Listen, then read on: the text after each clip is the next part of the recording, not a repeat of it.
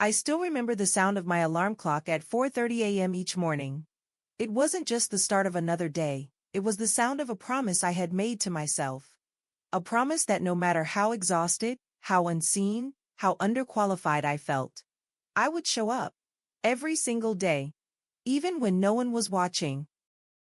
Back then, I was stuck in a dead-end job, barely making ends meet, constantly overlooked. My friends seemed to be climbing ladders while I was still struggling to find a foothold. Nights were the hardest, lying awake questioning if my efforts meant anything, if all this sacrifice would ever lead to something real. The turning point came one night after my shift.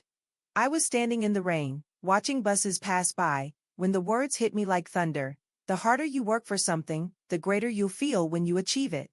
I didn't know where the quote came from, but I wrote it down. I clung to it like a lifeline. That night, I made a pact with myself. No shortcuts. No giving up. I'd study 3 hours a night after work. Weekends would be for practice, not parties.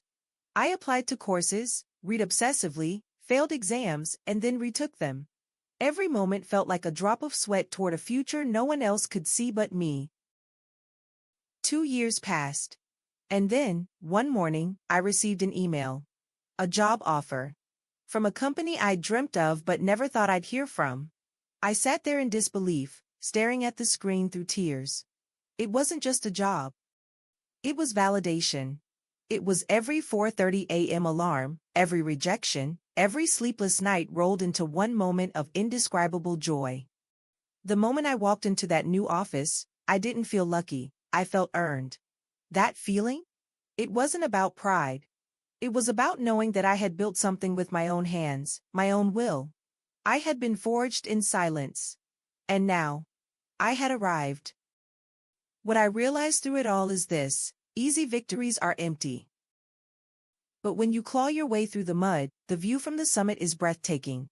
The reward isn't the prize, it's the person you become on the journey. So if you're in the middle of your own storm, if no one's clapping for you yet, keep going. You're not unseen. You're just being prepared. What's one thing you've been working for that no one understands, but you refuse to give up on?